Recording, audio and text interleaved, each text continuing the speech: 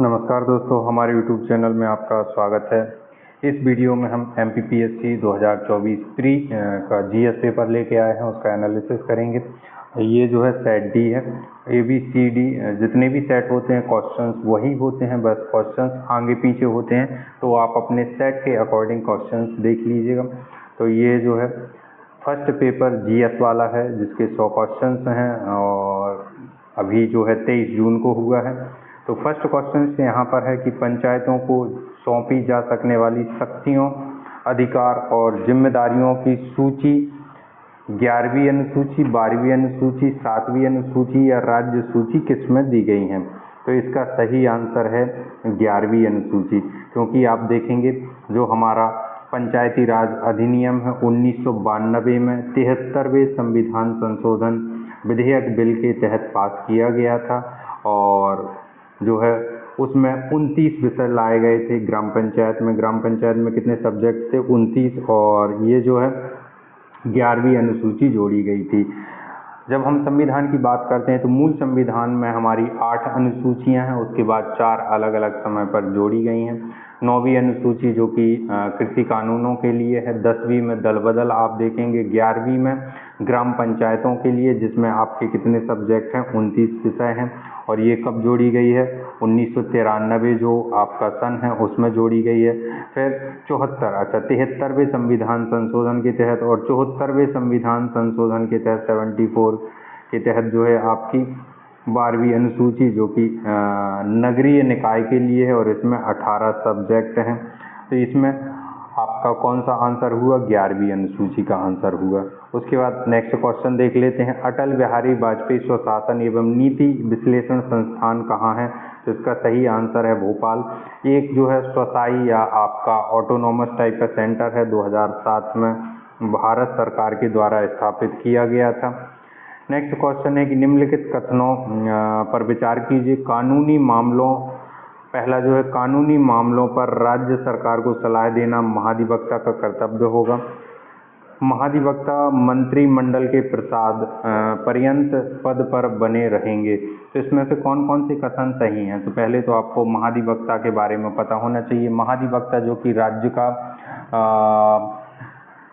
का जो है कानूनी सहायता देने वाला अधिकारी होता है, और इसको आर्टिकल 165 के तहत जो है लाया गया है राज्य सलाहकार के रूप में, या राज्य की विधि सलाहकार के रूप में लाया गया है। राज्यपाल के द्वारा नियुक्ति की जाती है।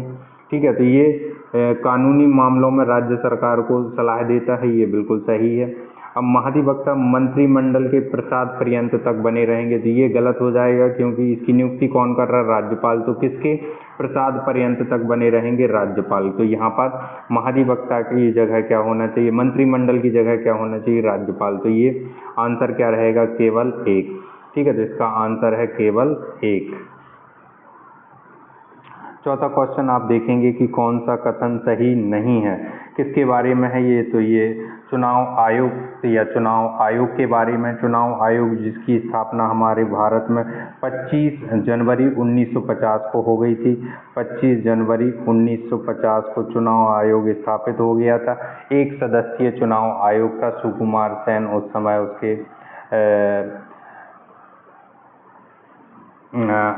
पहले मुख्य चुनाव आयुक्त थे, लेकिन धीरे धीरे काम बढ़ता गया और 1993 में इसे 3 सदस्यीय आयोग कर दिया गया। तो इसका ऑप्शन देख लेते हैं कि कौन सा सही नहीं है। मुख्य चुनाव आयुक्त एवं अन्य चुनाव आयुक्त के बीच मतभेद की स्थिति में मामले का निर्णय विधि आयोग द्वारा किया जाता। तो ये सही नहीं है, क्योंकि इसमें जो भी मामला बनता है वो हमारी न्याय व्यवस्था देखती, सुप्रीम कोर्ट के द्वारा देखा जाता है। तो ये सही नहीं है, तो इसका ऑप्शन क्या हो गया? ए। बाकी सही क्या क्या है आप देख सकते हैं। चुनाव आयोग को मुख्य चुनाव आयुक्त की सिफारिश के अलावा उनके पद से हटाया नहीं जा सकता, तो बिल्कुल सही है।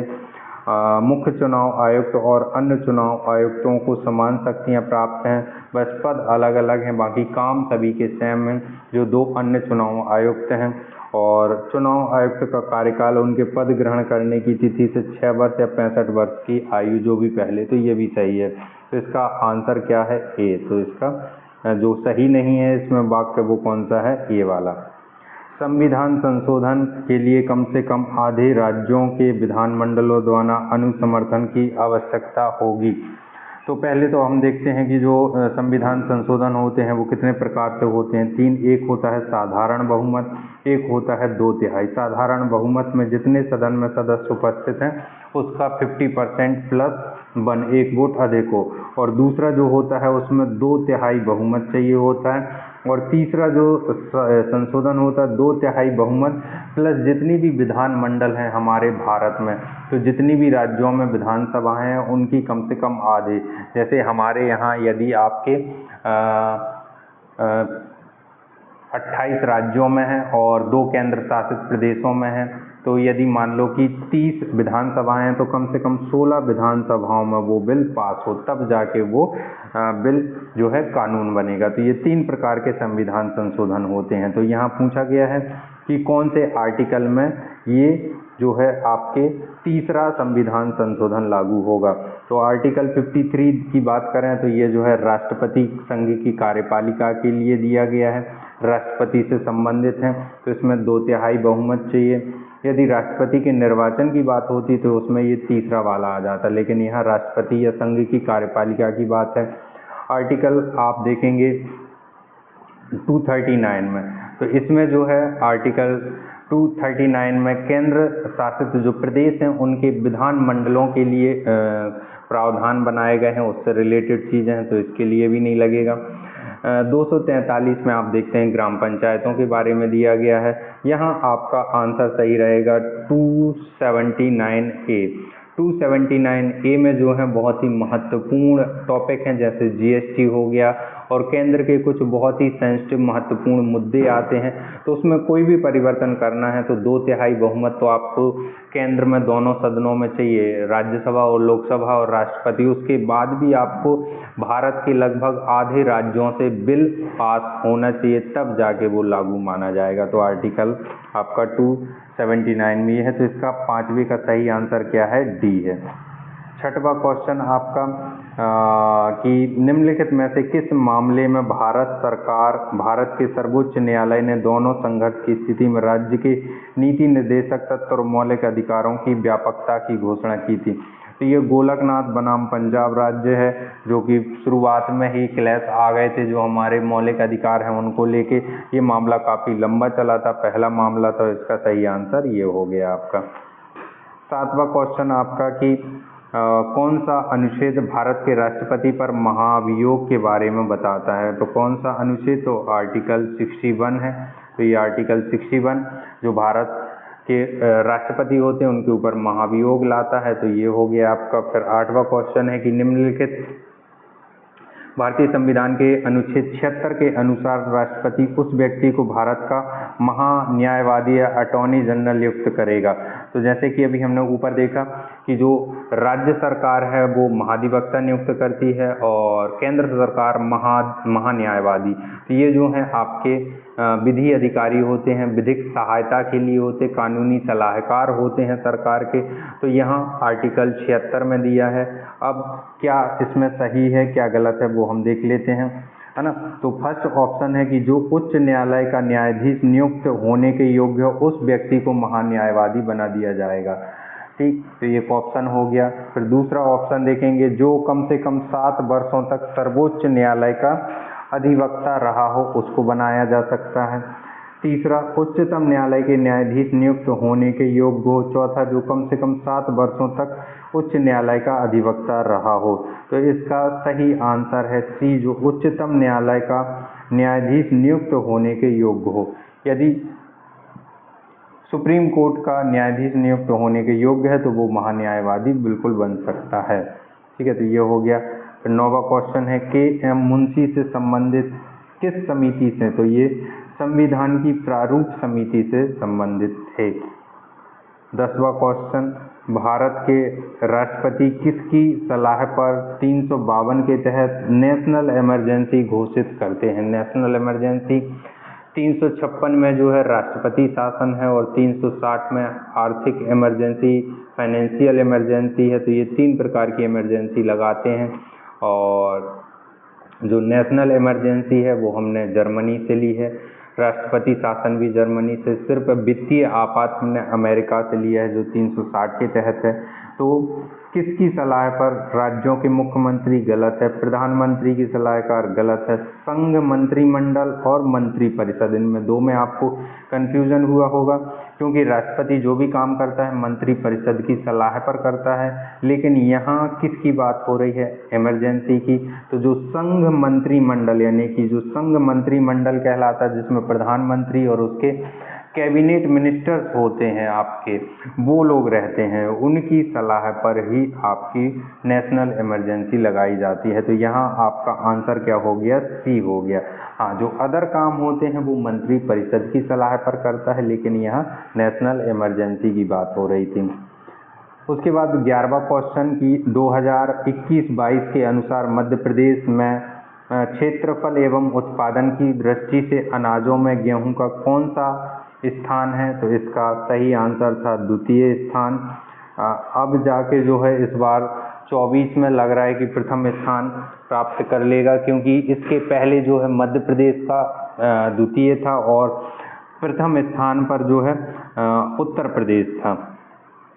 फर्स्ट पे जो है यूपी है और सेकंड पर जो है आपका एमपी है उत्पादन में और क्षेत्रफल की दृष्टि से, जबकि सरकार को सबसे ज़्यादा बेचने में मध्य प्रदेश का प्रथम स्थान है। तो ये हो गया आपका सही आंसर कौन सा, द्वितीय स्थान, ऑप्शन सी, 11वें का ऑप्शन सी। 12वें का मध्य प्रदेश के किस जिले में सोयाबीन का उत्पादन प्रारंभ हुआ था। इंदौर, उज्जैन, विदिशा, देवास। तो इसका सही आंसर है देवास से जो है सोयाबीन की शुरुआत की गई थी। ये मैंने कई बार अपने लेक्चर्स में पढ़ाया हुआ है, बताया हुआ है। और सबसे ज़्यादा जो उत्पादन होता है वो मालवा क्षेत्र में होता है और उज्जैन में होता है, लेकिन यहाँ पूछा था उत्पादन प्रारंभ कहाँ से हुआ था, तो देवास से हुआ था। रॉक फॉस्फेट का उपयोग निम्नलिखित में से किस उद्योग में किया जाता है। तो इसका सही आंसर है उर्वरक, रॉक फॉस्फेट। तो इससे जो है आपके फॉस्फेट, सुपर, है ना, डीएपी, इन सभी चीज़ों में इसका उपयोग होता है। तो फर्टिलाइज़र में जो है रॉक फॉस्फेट का उपयोग किया जाता है। रॉक फॉस्फेट जो है मध्य प्रदेश के झाबुआ ज़िले में सबसे ज़्यादा होता है। उसके बाद आप देखेंगे और भी अन्य जगह हैं जहाँ पर होता है। और उर्वरक की बात करें तो गुना में है ये आपका, और एक आपका होशंगाबाद या नर्मदापुरम में नेशनल फर्टिलाइज़र लिमिटेड फैक्ट्रियाँ हैं। तो इसको याद रखना है आपको। 14वां क्वेश्चन है, Bharat heavy electrical limited Bhopal की स्थापना किस देश की कंपनी के सहयोग से हुई थी। तो ब्रिटेन के सहयोग से हुई थी और पहले इसका नाम भारत इलेक्ट्रिकल लिमिटेड था 1960 में। 1964 में इसमें हैवी इलेक्ट्रिकल लिमिटेड मिला दी गई थी और ये ब्रिटेन के सहयोग से कहाँ, आपके भोपाल में, जिसको वर्तमान में वेल के नाम से जाना जाता है। वेल जो कि आपकी एक महारत्न कंपनी है, महारत्न कंपनी के अंतर्गत आती है। तो इसको भी आप याद रखें। 15वां क्वेश्चन, निम्नलिखित में से कौन सी सिंचाई परियोजना 4 राज्यों की भागीदारी है। तो इसका सही आंसर है सरदार सरोवर, जो कि नर्मदा नदी पर है, जिसमें आपके मध्य प्रदेश एमपी आता है, गुजरात आता है, फिर उसके बाद राजस्थान आता है और महाराष्ट्र आता है। तो ये 4 राज्यों की संयुक्त परियोजना है, जिसमें सबसे ज़्यादा फ़ायदा एमपी को मिलता है 57%, उसके अलावा अन्य राज्यों को ये 4। तो ये सरदार सरोवर। बाण सागर की बात करें तो 3, मध्य प्रदेश, उत्तर प्रदेश, ठीक है, ये हो गई आपकी। बिहार भी आ जाता है इसमें बाण सागर में। भांडेर परियोजना में एमपी, यूपी, और राजघाट परियोजना में भी एमपी और यूपी ही आता, लेकिन सरदार सरोवर परियोजना में ये 4 राज्य आते हैं। बाण सागर परियोजना सोन नदी पर है, भांडेर परियोजना आपकी बेतवा नदी पर है, राजघाट परियोजना भी आपकी बेतवा नदी पर है। 2011 की जनगणना के अनुसार किस जिले में नगरीय जनसंख्या का प्रतिशत सर्वाधिक था। तो ये आपका सही आंसर भोपाल है। भोपाल में सर्वाधिक नगरीय जनसंख्या है, जबकि ग्रामीण जनसंख्या आपके रीवा में है। यदि आप ओवरऑल देखें सर्वाधिक जनसंख्या पॉपुलेशन के हिसाब से देखें तो इंदौर में है, लेकिन यहाँ परसेंटेज के हिसाब से पूछा था, ठीक है। तो ये सारे फैक्ट आपको याद रखने हैं। तो इसका सही आंसर क्या हो गया, भोपाल हो गया। मध्य प्रदेश के दक्षिण पूर्वी भाग में, दक्षिण पूर्वी भाग की बात करें तो छोटा सा आप यहाँ पर मैप बना लें, और ये जो है दक्षिण पूर्वी भाग,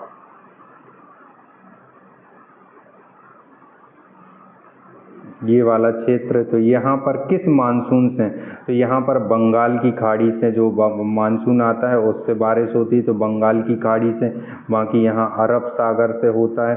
तो मध्य प्रदेश एक ऐसा राज्य है जहाँ दोनों मानसून से, बंगाल की खाड़ी से भी और अरब सागर से, लेकिन जो आपका दक्षिण पूर्वी भाग या इतना वाला क्षेत्र है यहाँ पर आपकी किससे होती है, बंगाल की खाड़ी से होती है। तो इसको आपको याद रखना है। मध्य प्रदेश में काली मिट्टी का निर्माण किस चट्टान से हुआ था, तो मध्य प्रदेश का जो पश्चिमी मध्य प्रदेश है या मालवा वाला क्षेत्र है, मालवा ये वाला क्षेत्र है, ये यहाँ पर जो है आपकी काली मिट्टी पाई जाती है, और ये दक्कन ट्रैप से बना हुआ है, दक्कन ट्रैप से।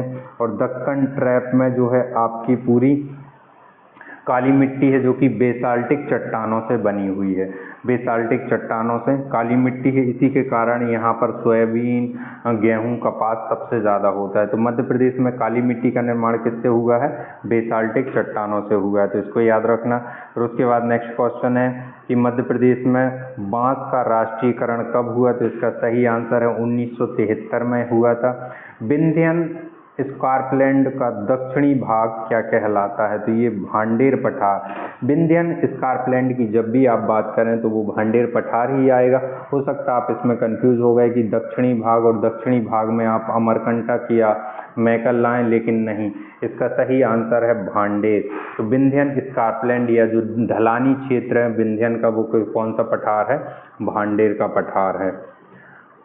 उसके बाद 21वां क्वेश्चन है कि मनुष्य के गुणसूत्रों की संख्या 21 की ट्राइसोमी के होने कारण डाउन सिंड्रोम बहुत ही फेमस आपका रोग है और कई बार आपने पढ़ा होगा।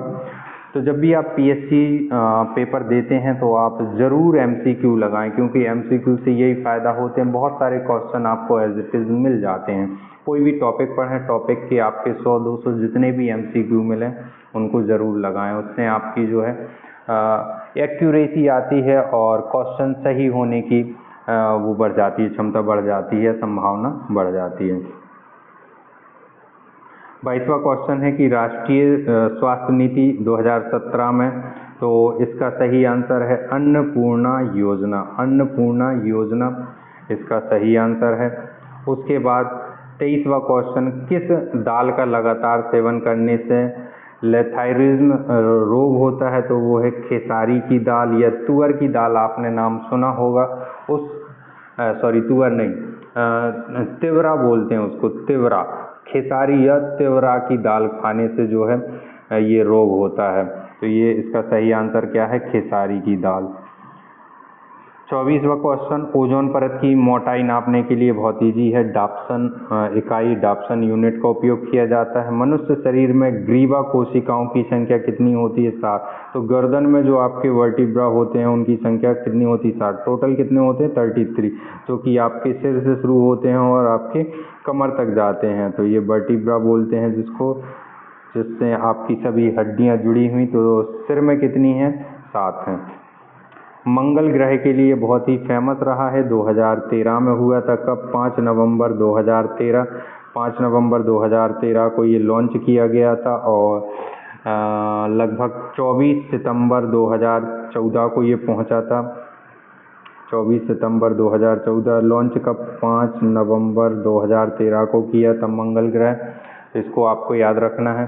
फिर उसके बाद 2017 में ये भी बहुत ज़्यादा हाईलाइट हुआ था उस समय, और कौन से सैटेलाइट से छोड़ा गया था, तो PSLV C-37, तो इसमें 104 थे जिसमें से 3 हमारे थे, बाकी एक अमेरिका का भी था, बांग्लादेश के थे और बहुत सारे देशों के थे, तो इसको याद रखना है आपको।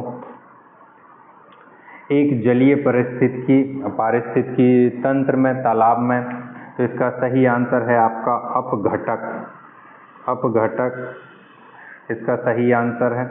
उसके बाद 29वां क्वेश्चन कि भारत सरकार ने जल प्रदूषण निवारण एवं नियंत्रण अधिनियम कब पारित किया था, तो 1974 में पारित किया था। SDG इंडिया इंडेक्स 2018 के अनुसार SDG 1, SDG 2 और SDG 9 क्रमशः क्या दर्शाते हैं? तो इसमें कोई गरीबी नहीं, कोई भुखमरी नहीं, उद्योग, नवाचार और बुनियादी ढांचा, तो ये जो हम सभी चीज़ें बताते हैं। तो इसका आंसर है आपका ए। मोहन के खेड़ा जैन तीर्थ स्थल कहाँ है? तो ये आपके धार में है। मध्य प्रदेश में बहुत सारे जैन तीर्थ स्थल हैं, जैसे पुष्पगिरी आप देखेंगे देवास में है, मंगलगिरी आपका सागर में है, ऊनगिरी खरगोन में है, तो ऐसे ढेर सारे हैं। मोहन खेड़ा जैन तीर्थ स्थल कहाँ है? आपके धार में है। शंकर पंडित राव का संबंध किस विद्या से है? तो ये ख्याल गायकी आपके कहाँ ग्वालियर घराने के हैं, शंकर राव, कृष्ण राव पंडित, और ये ख्याल गायकी के प्रमुख सिंगर हैं, शास्त्रीय संगीतकार कहलाते हैं। बाकी ये जो है बहुत सारे इक्विपमेंट भी बजाते हैं, लेकिन आपका यहाँ पर ख्याल गायकी जो है सही आंसर है। गम्मत लोकनाट्य सूत्रधार क्या है? तो इसका सही आंसर है ठोठिया। तो गम्मत जो है निमाड़ का लोकनाट्य है। गम्मत में जो है रंगमंचन किया जाता है और नाट्य रूप में जीवन से जुड़ी हुई समस्याओं को बताया जाता है, जीवन की चीज़ों हास्य रूप में प्रकट की जाती हैं कि जीवन में क्या समस्याएं क्या हैं, तो उसी के ऊपर आधारित रहता है। तो ये ठोठिया जो है सूत्रधार है, जो कि बोलने वाला कहलाता है। इसमें कौन सा युग्म गलत है? तो बोरी होशंगाबाद सही, गंगऊ पन्ना में सही है, करेरा शिवपुरी। घाटी गांव आपका कहाँ है? ग्वालियर में। तो इंदौर ये जो है आपका कौन सा हो गया? डी हो गया। कुमारगुप्त और बंधु बर्मन के 10 अभिलेख के संबंध में कौन सा कथन गलत है? तो रेशम बुनकरों की जानकारी मिलती है, बिल्कुल सही बात है। सूर्य के निर्माण का उल्लेख किया है, वो भी सही बात है। और विज्ञापन परंपरा, ये भी सही बात है। 10पुर को पश्चिमपुर कहा जाता है, ये भी सही बात है। इसकी रचना जो है रवि कीर्ति ने की थी, इसका आंसर ये गलत हो गया यहाँ। तो कौन सा कथन? ये भवभूति ने नहीं, रवि कीर्ति ने की थी। ठीक है, तो ये आपको याद रखना है। फिर कोहबर क्या है? एक जो है आपके वैवाहिक अनुष्ठानिक भित्ति चित्र हैं कोहबर, जो कि आपके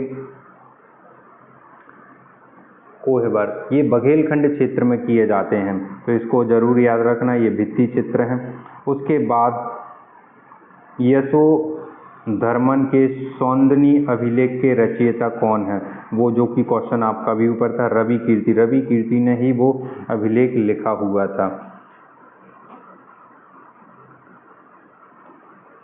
निम्नलिखित में से ये जो 1857 की क्रांति है उसके बारे में, तो राजा मर्दन सिंह ने कहाँ से किया था? भानपुर मंदसौर से किया था। राजा दौलत सिंह ने नेमावर, ये आपके होशंगाबाद के थे राजा दौलत सिंह, और नेमावर वर्तमान में हरदा में आता है। नेमावर आपका एक बहुत ही प्रसिद्ध घाट है नर्मदा नदी के किनारे। राजा बख्तावली शाहगढ़ से किया था, और मुराद अली ने कहाँ से? महू से। तो इसका सही आंसर क्या हो गया आपका? ए। नर्मदा नदी का साहित्यिक संदर्भ सर्वप्रथम कहाँ मिलता है? तो ये शतपथ ब्राह्मण में मिलता है। शतपथ ब्राह्मण में नर्मदा नदी के बारे में बहुत सारी कहानियाँ मिलती हैं। नर्मदा का नाम जो है आप देखेंगे पहले रेवा था, रेवा से नर्मदा इनके जो पति थे पुरुपुत्र उनके द्वारा किया गया था। तो ऐसी बहुत सारी जानकारियाँ मिलती हैं यहाँ पर। उसके बाद किस ताम्रपाषाण कालीन स्थल को बराह मिहिर की जन्म स्थली? तो ये कायथा, जो कि आपके उज्जैन में आता था, लेकिन अब जो है इसको अलग कर दिया गया है कायथा। तो ये जो है कायथा जो कि आपके कहाँ आता है? उज्जैन जिले में आता था। तो कायथा जो कि बराह मिहिर की जन्म स्थली के रूप में जाना जाता। बराह मिहिर जो कि सबसे प्राचीन खगोलज्ञ कहलाते हैं और विक्रमादित्य के नवरत्नों में भी आते हैं, उनको जरूर याद रखें, बराह मिहिर। वर्ष 2021-22 में भारत में दालों के उत्पादन में कौन सा स्थान में मध्य प्रदेश रहा या कौन सा राज्य रहा? तो ये प्रथम, दलहन में मध्य प्रदेश, काफ़ी अरसे से या दशकों से प्रथम स्थान पर आता है, जबकि अनाज में ओवरऑल देखें तो उत्तर प्रदेश आता है, जबकि दलहन क्षेत्र में मध्य प्रदेश, तिलहन में भी मध्य प्रदेश आता है, क्योंकि यहाँ पर सोयाबीन सबसे ज़्यादा होता है और अन्य फसलें भी होती हैं। तो तिलहन हो गया या दलहन, इसमें हमेशा मध्य प्रदेश का ही प्रथम स्थान रहा है, तो इसको ज़रूर याद रखें। तो उसके बाद कौन से दो राज्य हैं जो कोयला निक्षेप में सबसे, तो कोयला में सबसे प्रथम नंबर पर आपका झारखंड। आपने गैंग्स ऑफ वासेपुर देखी होगी, झारखंड में झरिया बहुत सारी आपकी कोयला खदानें हैं। और दूसरे नंबर पर उड़ीसा, तो झारखंड उड़ीसा जिस ऑप्शन में होंगे तो यहाँ ऑप्शन आपका बी, तो ऑप्शन बी सही आपका आंसर है ये। फिर यहाँ पर नदियों के बारे में बताया गया है ना। कावेरी नदी कहाँ से निकलती है, तो कावेरी नदी ब्रह्मगिरी, आपके राज्य आपका कर्नाटक होगा, ब्रह्मगिरी की पहाड़ी। फिर उसके बाद साबरमती जो है आपकी राजस्थान की मेवाड़ की पहाड़ी से निकलती है। ताप्ती नदी सतपुड़ा श्रृंखला आपके बैतूल से निकलती है। दामोदर नदी छोटा नागपुर का पठार। ठीक है, तो ये जो है आपका, तो यहाँ आपका ऑप्शन कौन सा हो जाएगा, ऑप्शन सी, 43 का ऑप्शन सी हो जाएगा। 44 क्वेश्चन, निम्न वर्ष 2021 में निम्नलिखित में से कौन सा चक्रवात भारत के पश्चिमी तट पर आया था। अफान यदि आप देखें तो पूर्वी तट पर था, तो यहाँ तोकते, तो इसका आंसर क्या हो जाएगा, तोकते हो जाएगा। जनगणना 2011 के अनुसार कौन से राज्य में जनसंख्या घनत्व सबसे कम रहा। अरुणाचल प्रदेश में 17 व्यक्ति प्रति स्क्वायर किलोमीटर जो है इसका है, जो कि सबसे कम है। सबसे ज़्यादा आप देखें बिहार का है 1106। केंद्र शासित प्रदेशों में बात करें तो सबसे कम जो है आपका अंडमान निकोबार का है और सबसे ज़्यादा दिल्ली का है, तो यहाँ पर अरुणाचल प्रदेश आपका सही आंसर हो गया। निम्नलिखित पर्वत चोटियों को उनकी ऊंचाई के आधार पर अवरोही क्रम में दर्शाएं। तो यहाँ सबसे ऊंची चोटी जो है आपकी अनाईमुड़ी है, जो कि केरल में आती है। अनाईमुड़ी जिसकी आप हाइट देखें 2600 के कुछ समथिंग रहेगी। फिर दूसरे नंबर पर महेंद्रगिरी जो कि उड़ीसा में आती है और इसकी हाइट भी आप देखेंगे 21-2200, या महेंद्रगिरी दो जगह, एक उड़ीसा में है और एक आपके तमिलनाडु में भी है। ठीक है, यदि तमिलनाडु की रहेगी तो ये आपके 2500 के समथिंग आएगी। फिर उसके बाद गुरु शिखर 1700 के समथिंग और चौथे नंबर पर पचमढ़ी जो कि 1352 जो कि मध्य प्रदेश में है। तो इनकी आप हाइट ज़रूर देख लें, जब भी आप पर्वत पहाड़ या ज्योग्राफी पढ़ें तो हाइट जो है आप ज़रूर देखें। या आप ये भी देख सकते हैं, इस कॉन्सेप्ट से भी कर सकते हैं कि यहाँ आपका हिमालय पर्वत है, हिमालय पर्वत जो कि ऊपर यूरेशिया और नीचे गोंडवाना प्लेट यहाँ टकराती है, जिसके कारण ये पिछला भाग क्या हुआ, उठ गया। जब भी जोरदार टक्कर होती है तो पीछे वाला भाग क्या हो जाता है, पोर्शन उठ जाता है। तो नीचे से आप देखेंगे जो भी चोटियाँ होंगी ऊपर की तरफ जाएंगी, संख्या उनकी कैसी होती जाएगी, कमती जाएगी यहाँ तक। तो ये कॉन्सेप्ट से भी आप निकाल सकते थे इसका आंसर। तो इसका सही आंसर क्या है, तो इसका सही आंसर है ए।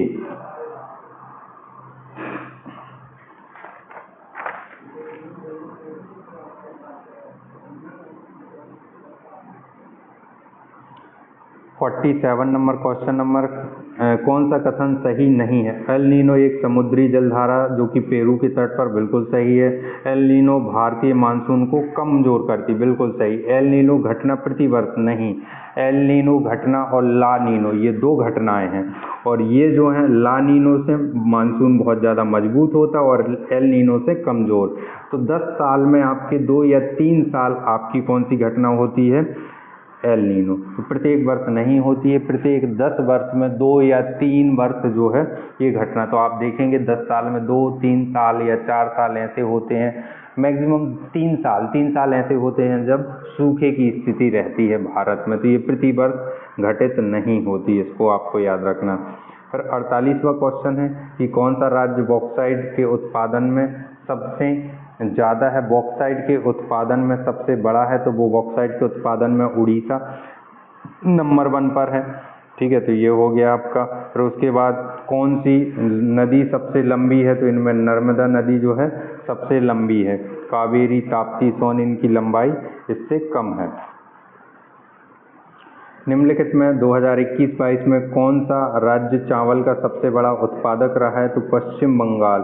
वैसे आप चावल का कटोरा किसे बोलते हैं? चावल का कटोरा छत्तीसगढ़ को कहा जाता है। छत्तीसगढ़, आंध्र प्रदेश में चावल की मात्रा काफ़ी अच्छी होती है, लेकिन सबसे ज़्यादा उत्पादक पश्चिम बंगाल, क्योंकि पश्चिम बंगाल में अच्छी क्वालिटी और मच्छी चावल सबसे ज़्यादा खाते हैं, तो इसको उससे आप रिलेट कर सकते हो। 51, निम्नलिखित में से किसको वर्ष 2024 में भारत के लोकपाल के रूप में नियुक्त किया गया है? तो इसका सही आंसर है न्यायमूर्ति अजय माणिकराव खानविलकर। ये पिनाकी चंद्र घोष पहले हैं, फर्स्ट हैं, लेकिन वर्तमान में 2024 में किसको इनको नियुक्त किया गया? तो इससे याद रखें। विश्व की पहली वैदिक घड़ी कहाँ पर है? उज्जैन में स्थापित की गई है। 2023 में का एक बहुत ही फेमस करंट अफेयर का क्वेश्चन रहा है। वैदिक घड़ी जो कि विक्रमादित्य के समय से थी, वैदिक घड़ी जो कि सूर्य के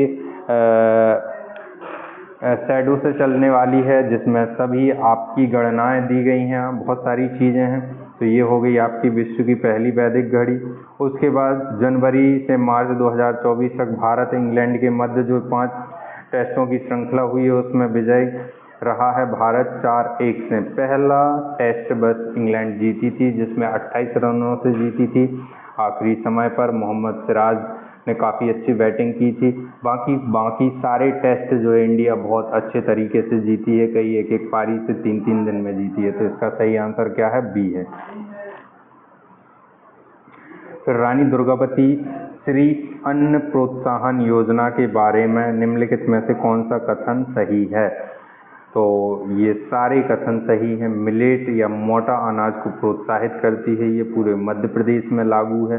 24 से 25-26, 23-24-25-26 तक की अवधि के लिए इसे लागू किया गया है ना। तो एक पायलट प्रोजेक्ट के रूप में यदि सक्सेस रही तो बाद में फिर इसकी अवधि बढ़ा दी जाएगी, लेकिन वर्तमान में जब लागू की गई थी तो 2026 तक ये लागू की गई थी। तो इसका सही आंसर है डी, ऑप्शन डी। 1, 2, 3 यानी कि तीनों इसके सही हैं। 55, वर्ष 2024 में भारत के राष्ट्रपति द्वारा निम्नलिखित में से किसको राज्यसभा के 12वें सदस्य के रूप में मनोनीत किया गया है? तो सुधा मूर्ति नारायण मूर्ति की पत्नी हैं, और कपिल शर्मा शो में जब आई थी तो बहुत हाईलाइट हुई थी, उसी समय ये खबर हुई थी, तो इसको जरूर आपने पढ़ा या सुना होगा। सुधा मूर्ति इसका सही आंसर है। 56, तो मध्य प्रदेश में पैरा कैनो खिलाड़ी कौन है जिन्हें 2023 में अर्जुन पुरस्कार से सम्मानित किया गया था? तो इसका सही आंसर है प्राची यादव। प्राची यादव जो है उनको ये अवार्ड दिया गया था। लम्हेटा गांव आपके जबलपुर के भेड़ाघाट तलवारा घाट के बीच में है, और ये जबलपुर में है, जहाँ पर जियो पार्क या जो प्राचीन जो पत्थरों पर साक्ष्य मिले हैं तो उसको एक पार्क के रूप में उकेरा जा रहा है, जहाँ डायनासोर और बहुत सारे प्राचीन साक्ष्य पाए गए हैं। निम्नलिखित में से कौन पारंपरिक माच गायन शैली से संबंधित है? तो इसमें आप देखेंगे गायन शैली की बात की, यदि माच लोक नाट्य की बात करते तो उसमें उस्ताद कालूराम का भी नाम आता, जो कि पहले ऑप्शन में दिए गए हैं। लेकिन सिद्धेश्वर सेन की बात आती, ओम प्रकाश शर्मा की बात आती, लेकिन यहाँ पर किसकी बात की गई है? गायन शैली की बात की गई, और गायन शैली में सबसे फेमस कौन है? ओम प्रकाश शर्मा है। तो इसको जरूर याद रखना, ओम प्रकाश शर्मा। यहाँ देखेंगे आपका, तो इसका ऑप्शन है सी, राधा कृष्ण राव। तो ये जो है इनको मिला था ये अवार्ड नोबल, जो सांख्यिकी का अंतर्राष्ट्रीय गणित का नोबल प्राइज कहा जाता है जिसे। 60वां क्वेश्चन, इसका सही आंसर डी, गुकेश, जो कि बहुत ही चर्चित हुए थे अभी कुछ महीनों पहले, तो ये आपको याद रखना था। करंट का क्वेश्चन है।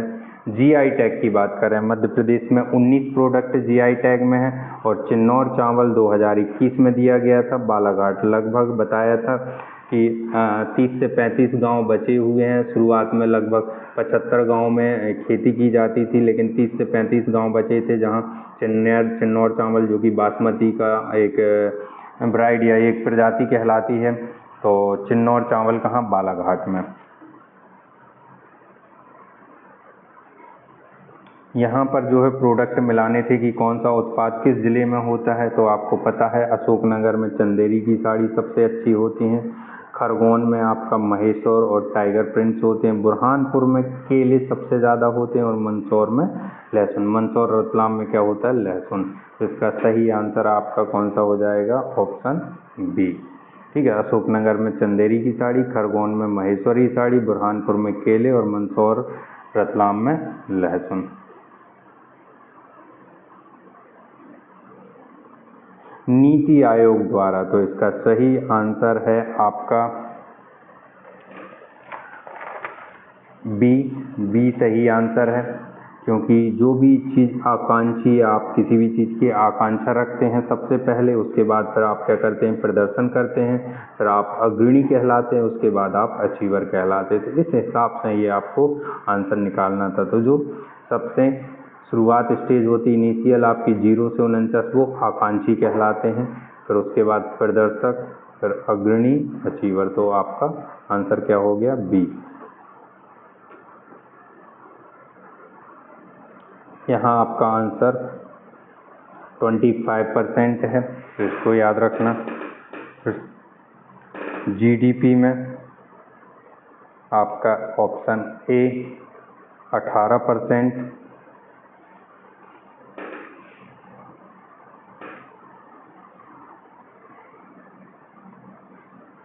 2017-18 के सभी कारखानों का कितना प्रतिशत मध्य प्रदेश में? तो इसका सही आंसर नहीं मिला। आयोग की जो आंसर की आएगी उससे हम एनालिसिस करेंगे, लेकिन 5% जो है मेरा अनुभव है या जो मैंने पढ़ा था उसके हिसाब से, फिर भी आप इसको एक बार देख लीजिएगा।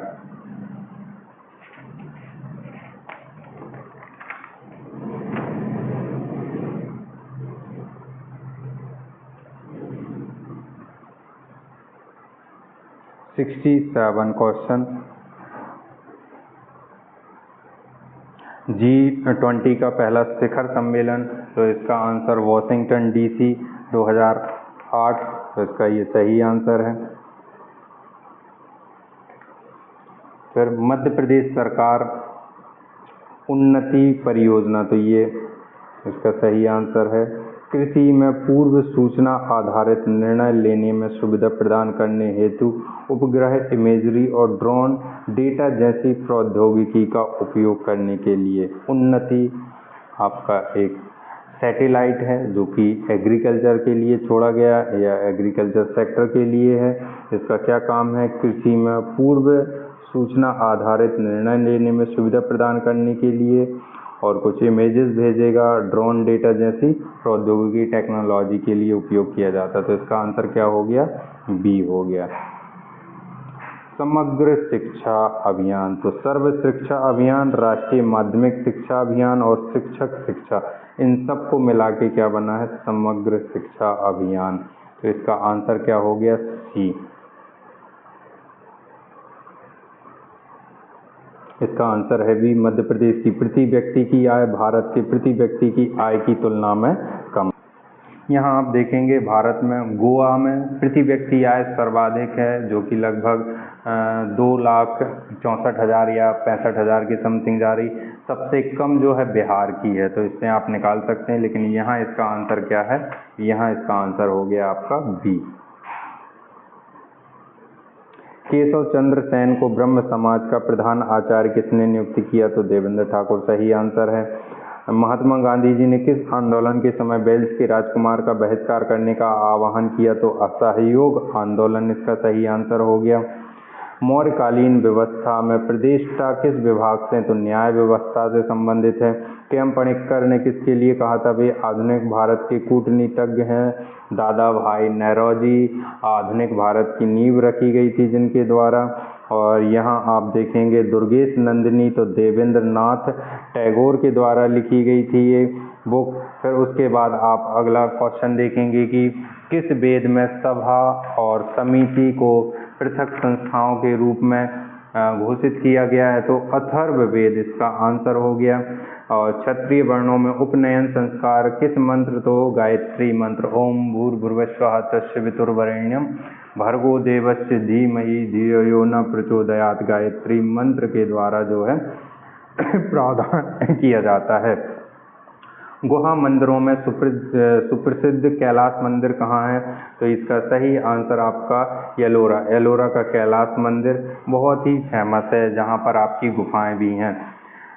फिर उसके बाद 79 क्वेश्चन, कौन सा वेद सबसे अधिक प्राचीन है? तो ऋग्वेद आपको पता है जैसा कि। फिर उसके बाद अष्टांग योग में किससे अंतरंग साधना? तो प्रत्याहार। तो ये सब जो क्वेश्चन जब आप मेंस पढ़ोगे तो उसमें बहुत ही बेसिक डेटा है ये। तो मेंस यदि आप पढ़ रहे हैं साथ साथ तो बहुत सारे प्री के क्वेश्चन आपके बन जाएंगे, क्योंकि इस बार जो सिलेबस बदला था उनने मेंस आधारित सिलेबस किया था और एमपी का बहुत ज़्यादा वेटेज बढ़ा। तो एमपी को आपको बहुत अच्छे से पढ़ना है और एमपी को बहुत ज़्यादा डीप में नहीं, बहुत अच्छे से बेसिक तरीके से पढ़ना है। फिर भारतीय साहित्य में जनजातीय जीवन में सांस्कृतिक परंपरा और विशिष्टताओं के लेखन पर तो वीर शंकर शाह, रघुनाथ शाह सम्मान दिया जाता है। तो ये 3 सम्मान हमारे मध्य प्रदेश सरकार के द्वारा दिए जाते। ठक्कर बापा नहीं, ठक्कर बापा राष्ट्रीय सम्मान है, तो इससे भी आप निकाल सकते थे। तो इसका आंसर क्या हो गया? बी हो गया। फिर उसके बाद 82 में बन्या योजना, तो ये 1980 की है बन्या योजना। मध्य प्रदेश में स्वरोजगार, तो इसमें बिरसा मुंडा, तो इसमें आयोग की वो देख लेना, हो सकता है टांट्या भील स्वरोजगार योजना भी इसका आंसर ले सकते हैं, बट अभी इसमें कंफ्यूजन है। उसके बाद 84, इसमें भी आप देखेंगे बिरहा जो गीत हैं वो बघेलखंड में गाए जाते हैं। अब बघेलखंड में कोल जनजाति रहती है, तो इसका आंसर कोल होना चाहिए, लेकिन आयोग की जो की आंसर की आएगी उसके अकॉर्डिंग हम देख लेंगे। फिर 85 क्वेश्चन, तो इसका सही आंसर है देवी अहिल्याबाई सम्मान। मध्य प्रदेश में जो आदिवासी और लोक परंपरा कलाओं के लिए दिया जाता है वो कौन सा? देवी अहिल्याबाई सम्मान दिया जाता है। टंटिया मामा आदिवासी भील जनजाति से थे। टंटिया मामा या टंटिया भील के ऊपर हर पीएससी में क्वेश्चन बन रहा है। उसके बाद श्री बादल भोई कौन थे? तो ये एक आदिवासी स्वतंत्रता सेनानी थे जिन्होंने छिंदवाड़ा में एक कलेक्टर का घेराव किया था अपने कई हजार साथियों के साथ जाके, जो कि 1930 के सविनय अवज्ञा आंदोलन 1923 में किया था महात्मा गांधी के असहयोग आंदोलन के बाद। ठीक है, तो ये बादल भोई। भिम्मा जनजाति ये आपके मंडला डिंडोरी में सबसे ज़्यादा पाई जाती है, छिंदवाड़ा में भी पहुंचती, लेकिन इसका आंसर क्या लिया गया है? मंडला डिंडोरी। फिर उसके बाद मांडवारा जो है आपकी कौन सी जनजाति का है? तो गोंड जनजाति का यहाँ आंसर मिल रहा है। गोंड के द्वारा ये मनाया जाता है। और स्वतंत्रता सेनानी मंडलोई भिलाला जो जनजाति, जो भील की उपजाति है भिलाला, उसका ये आंसर मिल रहा है। और ये आपके इंदौर क्षेत्र में पाए जाते, तो पश्चिमी मध्य प्रदेश में भील जनजाति ही पाई जाती है। मंडलोई सरनेम पश्चिमी मध्य प्रदेश, जो कि जनजातियों के ब्राह्मण के रूप में जाने जाते हैं, तो इसके बारे में भी ज़रूर देख लेना आप। इमिटेशन गेम किसका मूल नाम है? तो द ट्यूरिंग टेस्ट का नाम इमिटेशन है। फिर उसके बाद ट्विटर के संस्थापक कौन है? जैक डोर्सी ट्विटर के संस्थापक हैं। ई गवर्नेंस के 4 स्तंभ क्या हैं? ई गवर्नेंस के 4 स्तंभ लोग, प्रक्रिया, टेक्नोलॉजी और संसाधन। सरकार नहीं आएगा क्योंकि सरकार के द्वारा ही ई गवर्नेंस चलाई गई है, तो यहाँ संसाधन रहेगा। तो लोग, प्रक्रिया, प्रौद्योगिकी, संसाधन। तो आंसर आपका क्या रहेगा? ए। तो 93 का आंसर हो गया ए। फिर उसके बाद करेंटली जो है आपका एक सर्च इंजन है। सर्च इंजन के बारे में हमेशा पढ़ते रहें क्योंकि एमपीपीएससी सर्च इंजन पर क्वेश्चंस बनाती है। तो यूनिक्स क्या है? ऑपरेटिंग सिस्टम का क्या है? कर्नल। केंद्रीय भाग का कौन सा है? कर्नल। उसके बाद यहाँ आपका स्पैमिंग अनवांटेड मैसेज किए जाते हैं, लेकिन यहाँ कुछ जानकारी मांगने के लिए बोल रहा, तो ये क्या कहलाएगी? फिशिंग कहलाएगी। तो 96 का जो है फिशिंग। 97, तो ये इसका सही आंसर है लिंक्डइन। ठीक है, और उसके बाद 98, तो इसका सही आंसर है machine learning. Machine learning artificial intelligence की ही शाखा है। इंटरनेट के क्षेत्र में WWWC world wide web consortium, तो इसका आंसर है डी। MPEG का अर्थ आप देखते हैं, इमेज जब सेव करते हैं तो उसमें आता है, तो उसका सही आंसर है मूविंग पिक्चर एक्सपर्ट ग्रुप। तो ये आपके MPPSC 2024 प्री के GS वाले पेपर का एनालिसिस है और हमने आंसर देखे हैं।